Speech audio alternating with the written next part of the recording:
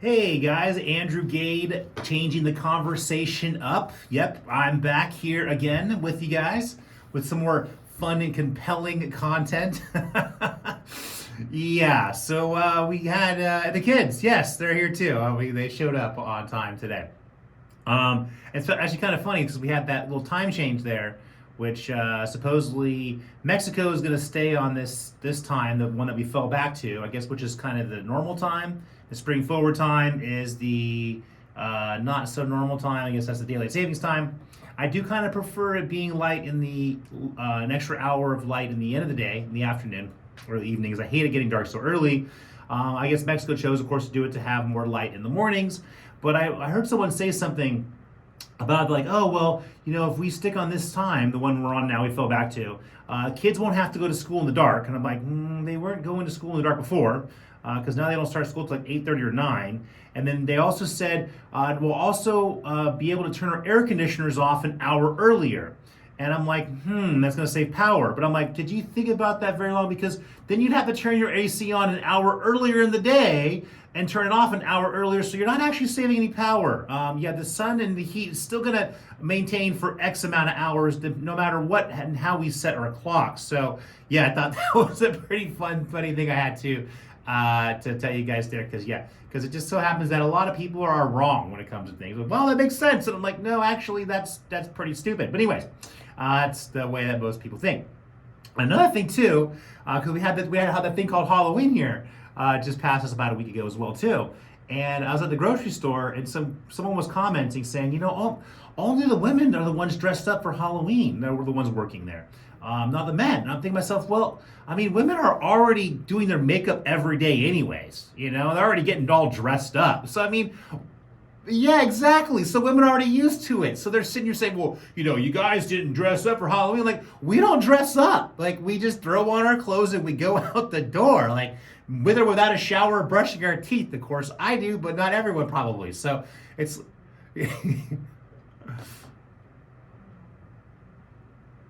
Yeah. Okay, see? Yeah, see, that's the thing. There needs to be yes, like a memo beforehand, about what's going on. I know, right? And I actually semi-dressed up a little bit. I mean, I just put a wig on and a shirt and I was a little rocker or whatever.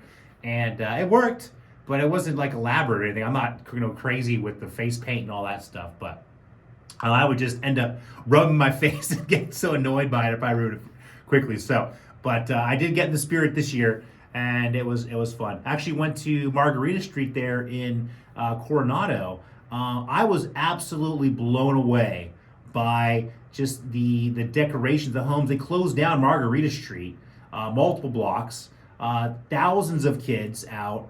It was just absolutely amazing. So I mean, some of the houses had like laser light show, a DJ, what else? I mean, haunted houses, these huge inflatable dinosaurs. I mean, I saw kids running up with their eyes like, oh my gosh, this is amazing. So I mean, I love to see kids just in their element, having fun, and the fact that these people that live in Coronado, mainly on the street of Margarita there, most of them all go in for it.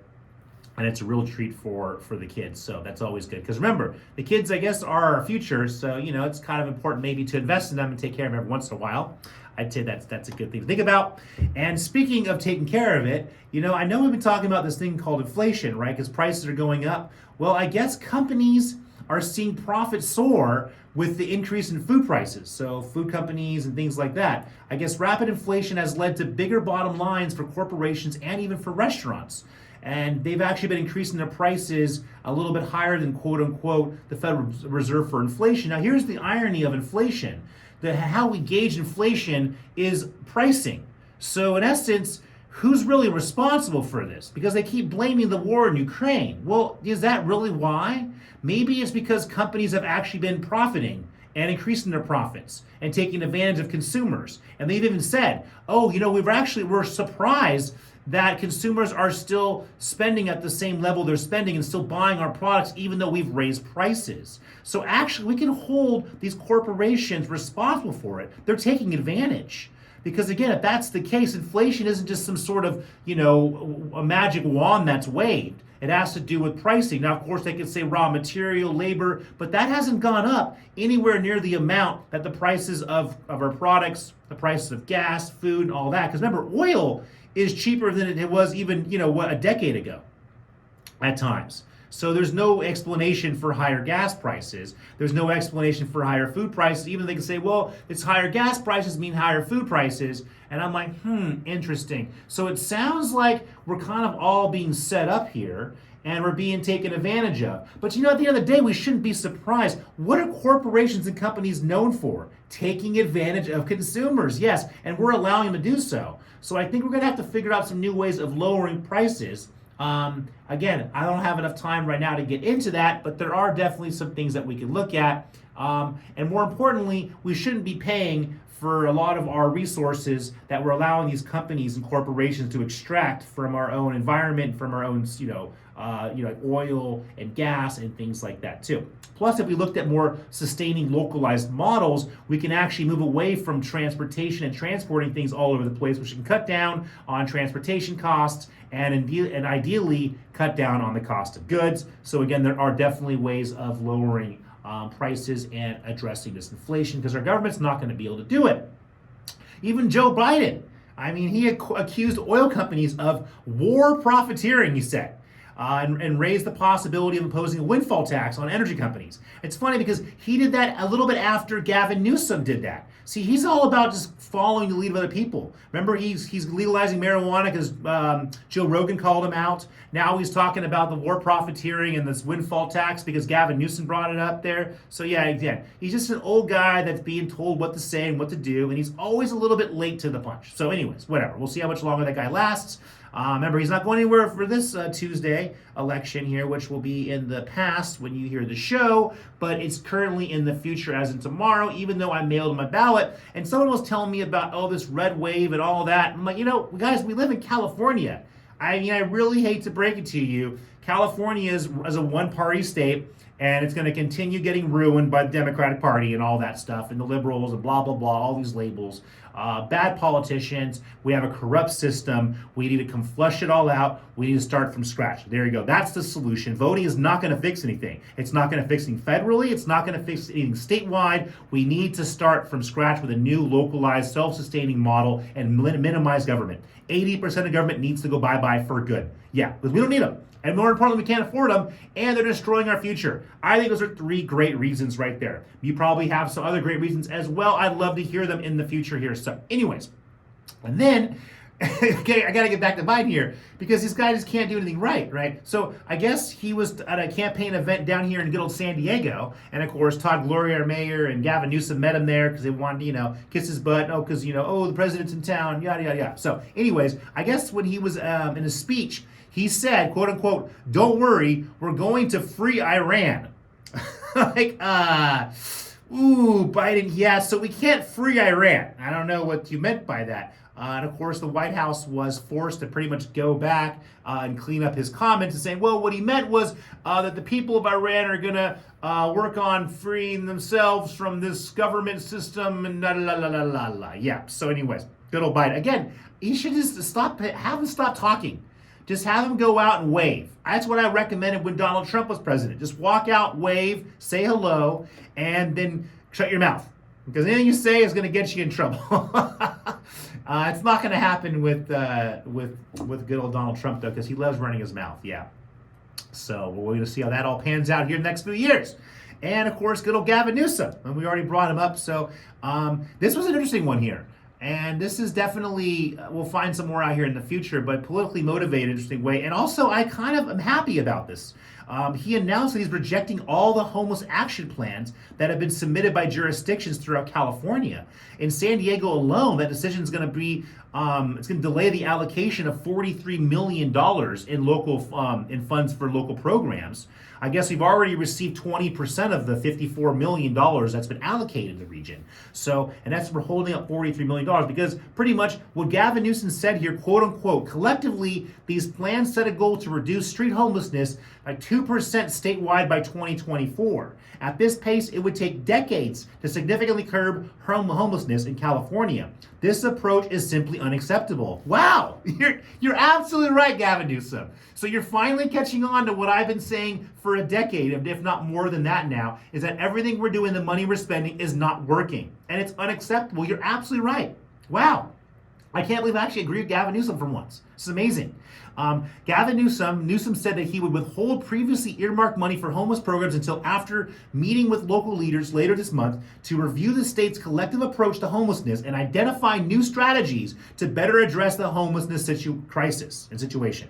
Okay, well, there you go. So I'll tell you the secret. Stop spending money. That's how you address the crisis. Because we have a crisis in what we're spending, and all we're doing is perpetuating it and allowing it to continue to exist, because unfortunately we have to accept a harsh reality. There is no fixing homelessness. There are certain people that can be helped, maybe up to 20%, work on programs that keep people from falling into homelessness, but the people that are currently homeless and have mental issues, unfortunately, there's no fixing it. I hate to break it to you, so either you're going to have to figure out where they're all going to have to go and how we're going to stop spending money on them. That's the only way we're really going to have a solution. Again, we'll figure that out as we get there.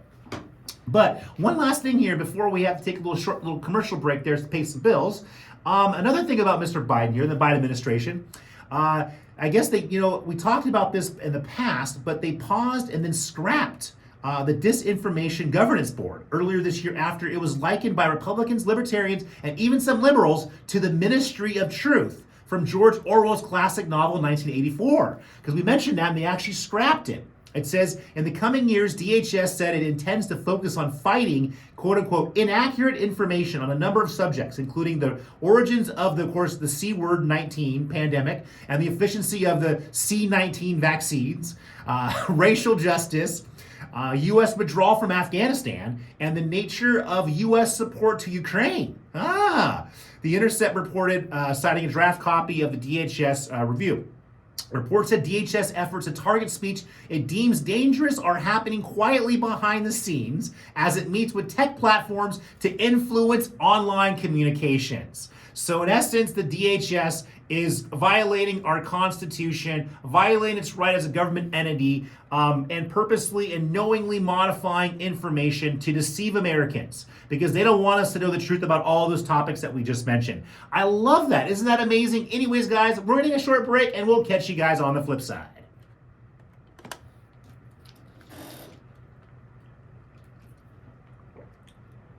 Good enough? Yeah. It feels weird.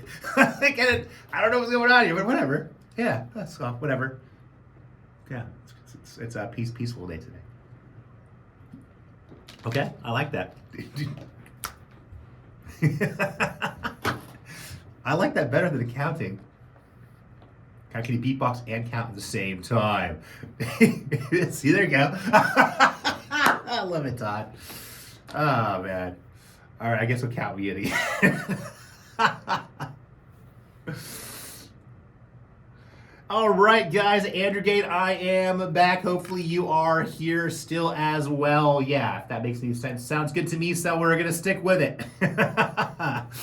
Oh, and because we can't stand up other people's business here, and good old Ukraine, right? We're still in this mess. And there was that, I thought that there were some people in Congress and the Senate and our government that want to maybe stop that war or stop that. Sorry, it's not a war. It's not a war. Russia calls it a military operation, and the United States definitely says that we're not in war. We're just helping maintain democracy, which democracy for the United States pretty much means that it's a U.S. dominant system, dollar-based system, and we allow corporations and to make decisions. That's what democracy is in America. So I don't know. I don't know what the real definition of democracy is, but I guess it boils down to this: it doesn't really work. So, yeah. Anyways, but back to good old Russia here. I guess a massive barrage of Russian cruise missiles and drone strikes have crippled the infrastructure in Kyiv and other Ukrainian cities. Now, it's been talking about this. Russia's been doing it pretty much ever since they attacked Ukraine, saw some missiles and attacked Russia's Black Sea Fleet. So in retaliation for that, Russia said, well, if you guys are going to start attacking us, well, then we're going to pretty much not take the measures to show you who's boss. And unfortunately, we're going to knock out your infrastructure. Yeah, water and power supplies. So that's good because they kind of need that to live. I guess even just today I was reading Kiev's mayor is warning residents that they must prepare for the worst this winter. That means having no electricity, water, or heat in the freezing cold. So there's even potentially plans to evacuate 3 to 5 million people from the city. But where are they going to go? Again, so you're going to run from the situation? Again, Russia's not going to stop this, and there's no way you guys are going to have the resources to fix your infrastructure. So again, we should go back to the beginning here. Why did you not work with Russia? Why did Ukraine decide to challenge Russia? And more importantly, why did the United States and the UN and Europe decide to challenge Russia? All one huge mistake. Now, of course, it helps. Remember, the United States is the one that's going to be selling Germany power, okay, LNG, liquid natural gas, at a much higher rate than they were paying for Russian natural gas. The United States is actually benefiting from this whole situation in Ukraine.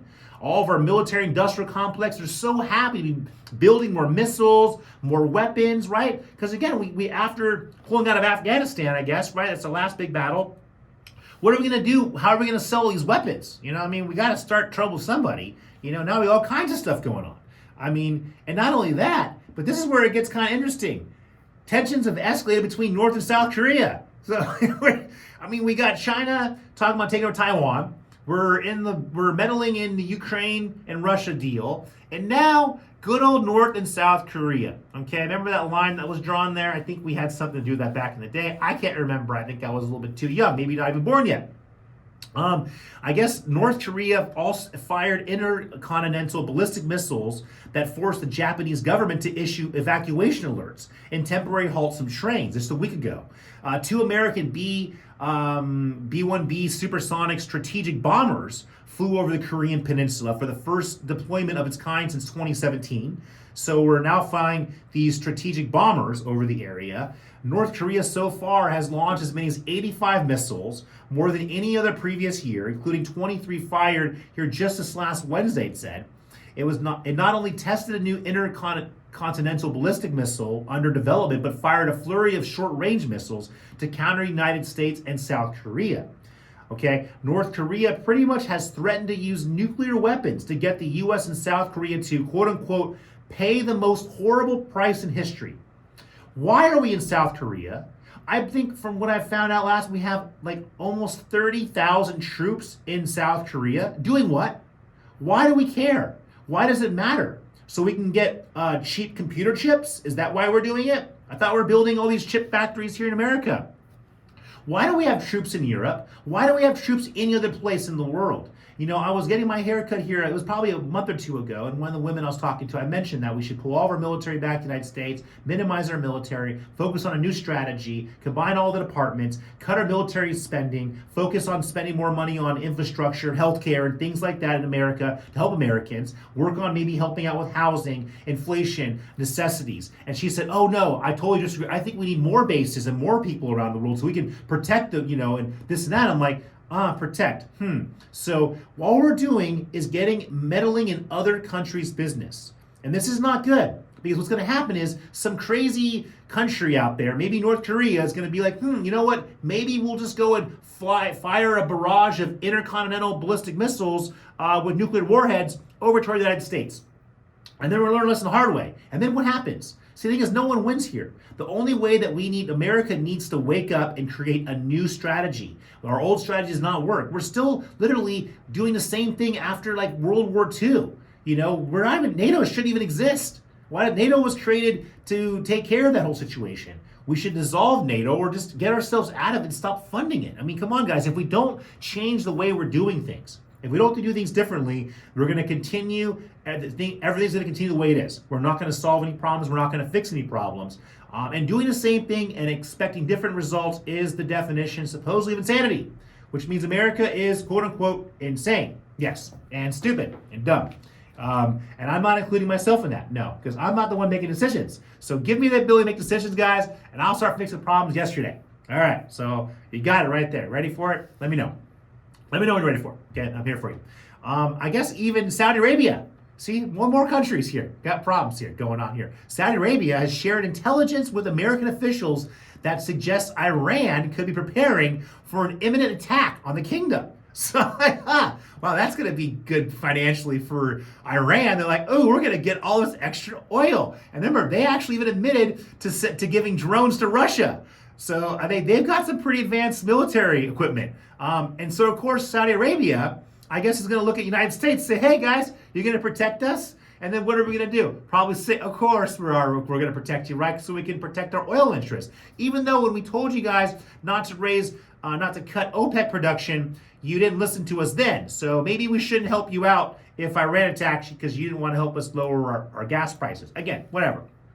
And of course, in these heightened concerns about a potential attack on Saudi Arabia come as the Biden administration is criticizing Tehran for its crackdown on widespread protest and condemning it for sending hundreds of drones and technical support to Russia to use in the war in Ukraine. And remember, all those protests that have been going on, there's been people killed in those protests, all because a woman didn't wear her, ceremonial head dressing, and so there's a big revolution. I guess this hasn't been an issue like this in Iran since like 1979 Iranian Revolution. So we're going to be seeing this continue, and I believe the current situation in Iran is going to continue to get worse, unfortunately, and more people are going to get killed because they're going to end up having their own little civil war, which it's in the beginning of happening. So that's my little prediction there. Again, shouldn't be in their business. Let it happen. If the people in Iran are not happy with what's going on, let them take care of it, because remember, Biden's not going to save Iran. Sorry, Biden, can't do it. Yeah, stay out of other people's business. But getting here to good old Tuesday, November 8th, right? That's tomorrow. I mean, that was last Tuesday or whatever you hear this, okay? Nothing's going to change. Nothing's going to get fixed. That is to telling you guys right now. There's going to be some new people put in office. They're going to promise you all this stuff. Nothing's going to happen. It's all a big setup. No matter Republicans, Democrats, it's all controlled by money. It's a big fraud, and we're all being fooled and we're all being played. There you go. That's the way it is. Take it or leave it. That's the truth. But political spending here on the 2022 midterm elections will shatter records at the state and federal levels, with much of it coming from largely unregulated super political action committees, from super PACs. It's estimated that total spending in the 2021-2022 would reach $16.7 billion when tallied after Election Day, easily surpassing the previous midterm record of $14 billion set in 2018. So we're spending billions of dollars on worthless elections that we can't trust, that are not going to change anything. That's almost as bad as Ukraine. I mean, we spent like $24 billion on Ukraine. We're wasting $17 billion on elections for nothing.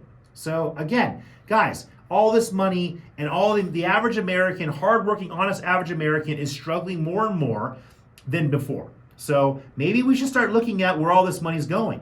Oh, I think it's also adding to our debt. Yeah, which we're never going to be able to pay off. So maybe that's also, it'd be nice to have a credit card that had no limit and I never had to make a minimum payment to. Yeah, that'd be really nice. It sounds like what the government has. I want one of those. It's like the Amex Double Black Platinum. And then, of course, I read this, which actually ties in a lot of what I've been saying. But I guess American home buyers are older, whiter, and wealthier than at any other time in recent memory, with first-time buyers accounting for the smallest share of the market in over 41 years. Again, this ties into what I've said, and more, we have wealthy people, we have investors buying up properties, so it's taking away, in essence, the ability of young people being able to buy homes and create wealth. Also, remember, this happened to me personally. For many years, I was trying to talk to the owners of my building that I have my tent shop in La Mesa. Through my property management company, this and that, there was no way I was going to be able to get a hold of the owners, because I want to see maybe be able to buy the building one time in the future. They would never let me talk to them, okay?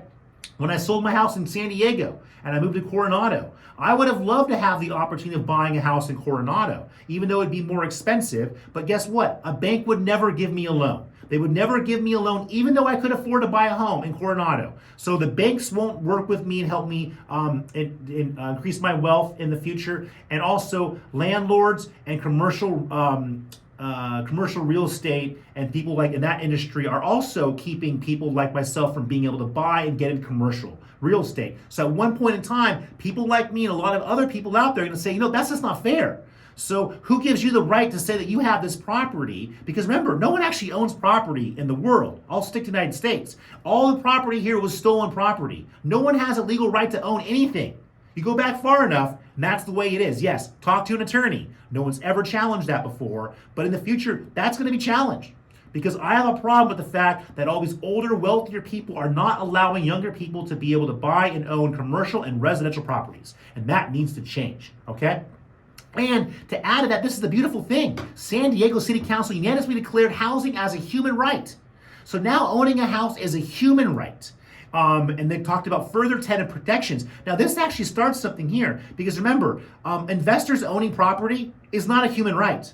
No, it's not. So again, we could take this as the beginning of it and look at how do we take these properties away from commercial and investors and say, guess what, guys? Sorry, but you know what? Your investment went bad. That's not a right. You have no human right to an investment being good or bad. So guess what? Your investment's going to go bad. I'm going to take these properties, commercial, residential, and redesignate them, offer it to first right of refusal to younger people to be able to actually buy a home, have a home, buy some more commercial property, and start building wealth again. So again, that's what we have to do in the future, because again, guys, this is only going to get worse. It's not fair. And if we want a system that works, it has to make sense and it has to be fair. Anyways, guys, love you guys out there. Andrew Gage, changing the conversation. Have a great week. I'll catch you guys next.